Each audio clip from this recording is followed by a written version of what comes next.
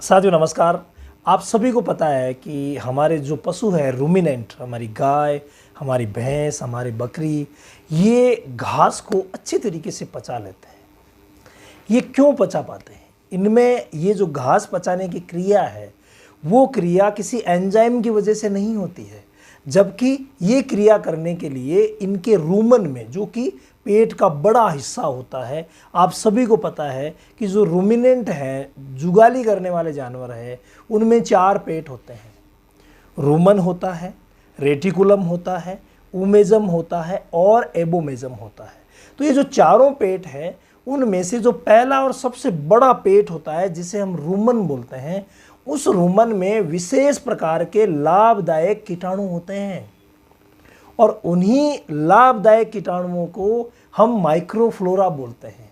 और जो भी घास फूस ये खाते हैं, जो भी फाइबर ये खाते हैं, उस फाइबर के डाइजेशन के लिए माइक्रोफ्लोरा की मुख्य भूमिका होती है।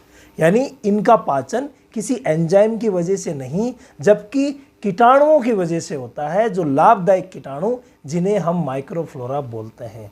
अगर इन माइक्रोफ्लोरा की संख्या कम हो जाएगी या इनका काम बाधित हो जाएगा तो सही तरीके से पाचन नहीं हो पाएगा। नतीजा, पशु को भूख नहीं लगेगी, कमजोरी आ जाएगी, दूध कम हो जाएगा, यानी सारी की सारी जो क्रियाएं हैं शरीर की, वो बाधित हो जाएगी।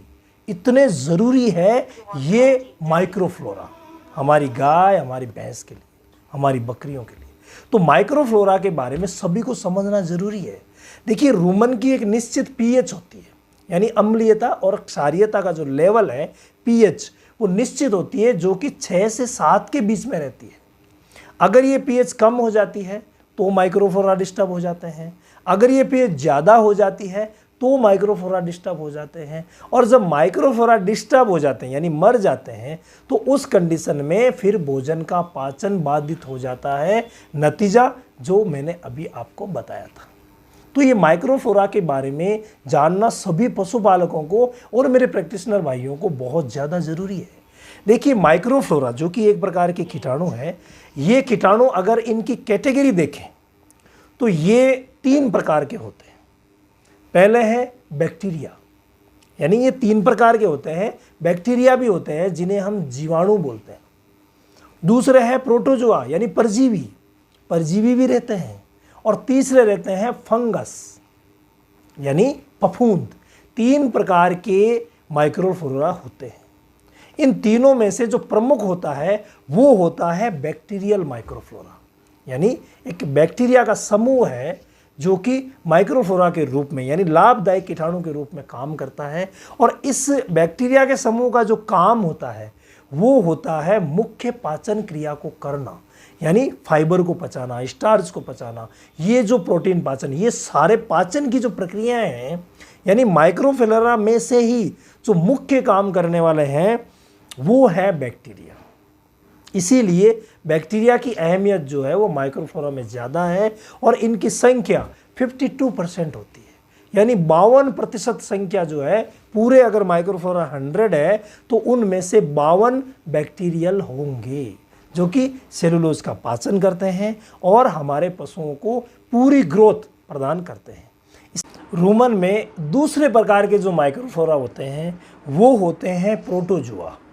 हालांकि प्रोटोजोआ का इतना खास रोल नहीं होता है, लेकिन ये एसिडोसिस को रोकते हैं।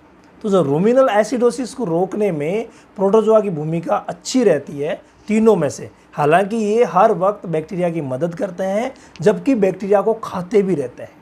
ये काम जो है वो प्रोटोजोआ का होता है। इसके अलावा तीसरे प्रकार के जो है वो है फंगस, यानी फफूंद। इनका एक ही काम रहता है कि ये बैक्टीरिया की मदद करते हैं फाइबर डाइजेशन में, यानी सेलुलोज के पाचन में ये बैक्टीरिया की मदद करते हैं।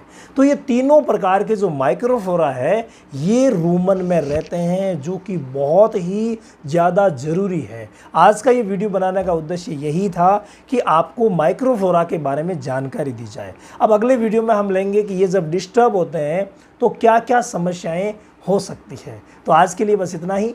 बहुत बहुत धन्यवाद।